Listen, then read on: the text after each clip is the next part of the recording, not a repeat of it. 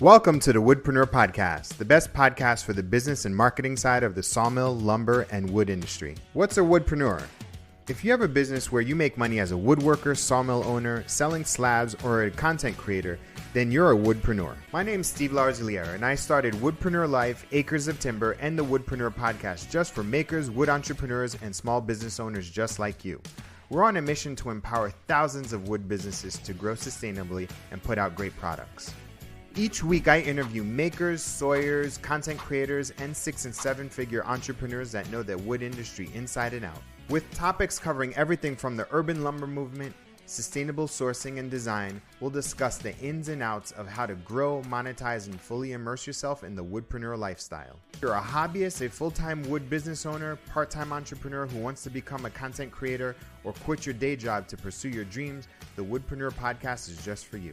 Thanks so much for listening. Now enjoy this episode. Hey, welcome to a brand new episode of the Woodpreneur Podcast. This is your host, Steve Larosiliere. Today's guest is Taylor Rachko from Distinctive Design Storage Solutions. How you doing, Taylor? Good. How are you, Steve? Great. Hey, why don't you tell us about your company? Give us the origin story. How did it get started? Okay, so quick story. My dad started the company when I was in high school. He started an epoxy flooring company. When I was graduating college, towards the end, we started doing a lot of customers wanted that storage solutions with the epoxy flooring. So when I graduated, I started working on garage storage solutions, got trained, saw the opportunity for the interior side, and opened up another company for all cabinets. Awesome. And how long have you been with the company? Well, I technically started in my senior year of college, but I guess 2013, 2014. Awesome. 10 years-ish. Tell us how, overall, what kind of clients do you work with and what kind of work do you do? Maybe, what do you love doing? I love doing an entire home. I work with a lot of custom high-end builders where we spec blueprints and kind of work the budget in the front end of the process. And that's my favorite. I do love a good renovation project with like a master bath and everything like that. But we work with all sorts of clients from basic to extensive high-end. So we're kind of all over the map. How do you normally get the word out about your business? Has it been word of mouth or do you do any marketing advertising? We do a little bit of marketing and advertising, but to be honest with you, a lot of our business is referral and builder. So we work with a lot of interior designers, we work with a lot of builders, and just word of mouth, to be honest with you. So do you build everything in-house or you manage the design and the project manager? Is it everything soup to nuts in-house? Yeah, we don't manufacture. That's the only thing we don't do, but we have our own team. We have our own crew. We have a beautiful showroom, so everything but that. It's awesome. Yeah. What those first couple of years since you started, you were doing the epoxy flooring and then you added the cabinets, closets afterwards, what did growth look like from the beginning? Where did you envision it? Well, growth was slow to begin because I'm literally learning an entire new business. And for my brain to work, I started in the field with one of my installers, actually installing the cabinetry, because that's the only way to grow from there, to learn mistakes, what's easy, how does something function in a space. You can design the most beautiful thing, but until it gets installed and it's in the actual, space, it doesn't make sense. Fourth grade. So I did that for a few years. And then about 5 years ago, right before COVID, it just blew up. Oh, slow start. And now we're pretty busy. Awesome. How big is the team now? We have 3 installers full time. And then I'm a designer and then I have 2 underneath of me. That's awesome. How do you spend most of your days? What does your days look like? Most of my days, I work on designs, or I'm going out on job sites, or I'm going out to measure spaces. So, and client meetings and prepping and looking at different colors and scheming with my clients. Yeah. How do you surround yourself with like-minded people so that you can grow your business? Do you have any professional development opportunities or networking things that you've... We do a lot of networking. So that's kind of the double question. My dad, he is a very awesome business guy. I read a lot from him, and we actually hired. So I went to school for business, and we hired 2 interior designers. Okay. It's not just cabinets. I don't want to just throw cabinets up at the wall. I mean, I can, but incorporating 2 interior designers that are kind of go-getters, if you will, kind of is like the perfect marriage, because they taught me how to make things a little bit prettier. Yeah. To collaborate with that. And then I taught them the actual design aspect. And now we kind of learned from each other, and now it just flows effortlessly.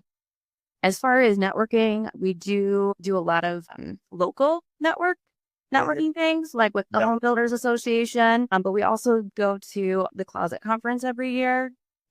We surround ourselves with like-minded people. We always have the same issues and struggles, and we share stories. So it's always a great opportunity there as well. Reason why I wanted to get closets, like feature closets on the Woodpreneur podcast, because I came across Closet Con, and I talked to some people there, and they were like 2 years ago, there were only 50 vendors, and I went last year and there were like 100 vendors. And I almost feel like that closets are like this, like, it's like the low key, like blow up niche within design. Yeah. Yes. A lot of people over the last, I mean, we only started going to Closet Con a couple years ago, but I mean, it doubled. And I mean, closet companies are popping up like left and right, right? Yes. And so, yeah, I mean, I think that people are noticing it. I think that the more that we get convenient, like a lot of conveniences in our lives, right? I think that is just more prevalent. And if everything has a home, we don't feel as stressed out. Yes. And so that really plays into that convenience thing. And everybody's realizing that, and it's just blown up over the last like 2 years. For sure. It's like you take this underlooked item that if you improve upon it with design, it adds personality and adds tremendous value. Correct. Not just from an aesthetic, but from like a quality of life perspective, right? Absolutely. And it ranges from a simple reach-in to a huge closet. If you've got a bunch of kids, and you have one wire shelf going across, there's no organization for each kid to have a little compartment area where they can keep all their things. It's everything.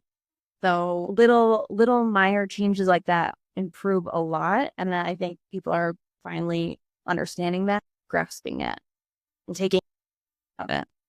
I agree. And I also feel like it is one of those things that, on first hand, it's like, God damn, that's a lot of money. And then you're like, oh, but wait, this is a closet that's going to last forever. Ever. Yeah. Forever. And like, what price could you put on it? The price is based off of the value that it gives to you in your space. 110%, especially with our system. And depending on like what system that you get, and how you design it, you can change it. So that's also truly important too. Yeah. So our systems, if you design it correctly, you are able to add and manipulate it down the line to fit your needs later on. That's cool. How did you arrive on that system? I mean, the closet system, it's a 32 millimeter. I mean, it's pretty generalized as far as concerned. But the way you design it allows for expansion, right? Yeah. Because there's different standard sizes for things like that. But yeah. That's cool. Yeah. Very cool. How do you use technology and like systems in your business in order for you to grow it? So we do have a 3D software system. Most companies do. Ours is an online through our manufacturer. And I think that's extremely important, especially because I feel like most people have a hard time visualizing things and how they're going to appear in the space. Yeah. And so when you're with the client that can't really envision it, and you take it to their space and you pull it up on a 3D system, and you walk the space with your client, it's very valuable. And it's almost like an instant, like, okay, let's get this going. Like, how fast can we get this installed?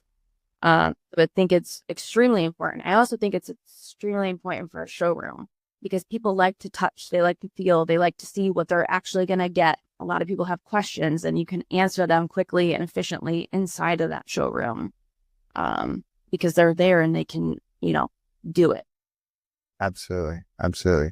How, in the past 10 years, how have like customer tastes changed? Like from when you first started to now, like what do you think people are like, I don't know, I guess what are they into now versus back then? Well, so I would say design is getting more funky. People are trying, I think like wallpaper coming back, like I think people are making a little bit more risky decisions with their choices. 70% of closets aren't going to be white. I mean, that's just a known fact throughout the closet industry. But I think that adding pops of different colors and, the different textures, like now we can add leather and adding like different layers to the closet. Yeah. And even outside the closet, we don't just do closets, but adding all those components, people are getting a lot more comfortable with. Yeah. And so I think it's just changed from a little bit more basic to being a little bit more risky and fun with their design and choices. Yeah. And when you consult with the client, are you taking everything into their personality and like their vibe and their brand? Like, yeah, I mean, there's a lot of questions I ask. You gotta kind of read your client. You kind of also want to take a look at their house currently to try to, you don't want to go crazy unless they're going to renovate the entire space or, you know what I mean? You got to kind of feel out the situation, if you will. Yeah. So. Yeah. Yeah. How has this year been for you guys? This year has been fantastic.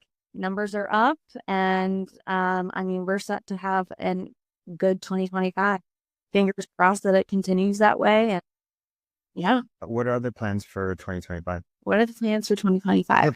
What do you want to do more of, or rather? Just expanding on those fun choices. I do have a project that's supposed to be in 2025 and, it has the most wallpaper, the most color I've seen. And it is a fun, playful house, but it's elegant and nice. And I just think that we want to focus on pushing the boundaries a little bit. Yeah. With 2025. It's a little bit more fun for our design team. Even the guys enjoy it instead of throwing up some basic shelving and everything like that. So for sure. Pushing limits. I mean, your work is really beautiful. Thank you. The work is really, really beautiful. And there's a lot of detail that I could see. Mm-hmm. How in terms of material choices, like people, I mean, it all depends on the budget, but like, are people really caring about hardwood versus like, laminate or melamine? Like what? No, I mean, slim. It's very slim. And once we get in front of that client, we almost can change their minds immediately just because of, we're also selling ourselves, right? Mm-hmm. So some, wood guy can, put up a closet, but is it intentional? Does it make sense? Yeah. We've actually had a client that went with her wood guy because her husband wanted wood and their carpenter did it. And we did every other closet in the house. And she was actually disappointed at the end of it because all of our closets were intentional. What you're putting in here, we made a certain height. Like it was very thought out. Yeah. Yeah. Absolutely. When you do things from a design first perspective and like, what is the lifestyle of this person? What kind of stuff will they have? And then you can start to project, how their lifestyle could potentially change. And, you account for seasonality and storage. And like a lot of wood guys, carpenters are not thinking like that at all. Absolutely. Yeah. So that is one of our huge, selling points. And once, you get into that, we don't release our designs too. So that's another thing that you have to look out for because people will just snatch those up and, take it to take it to somebody else to make it. Yeah. Yeah.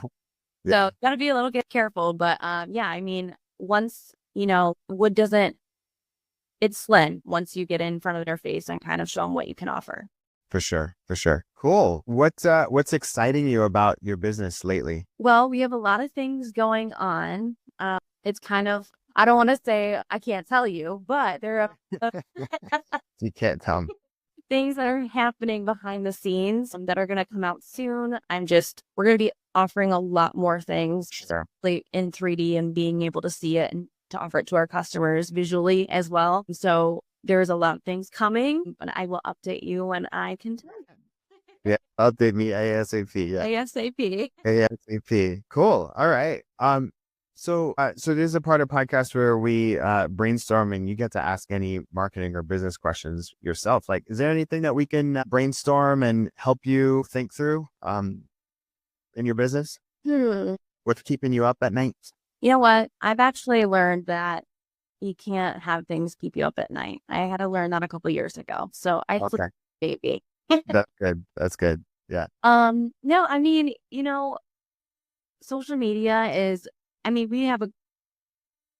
it's just always changing, right? So you always have to be constantly, I don't know if there's any like good podcasts or I don't personally deal with that. I have Mallory. She is our social media our girl. She is amazing at it. But yeah, I guess I'm always looking for a good read or a good podcast to listen to keep me up to date with that kind of stuff, just because it changes and updates all the time on new and cool things you can do. Yeah, I am. So I'm looking at your social media and it's great. I love. That's not me though. So I have to work on my. Sure. I mean, one thing is that you can, I'm just looking at your social media for your Instagram account for Distinctive Closet.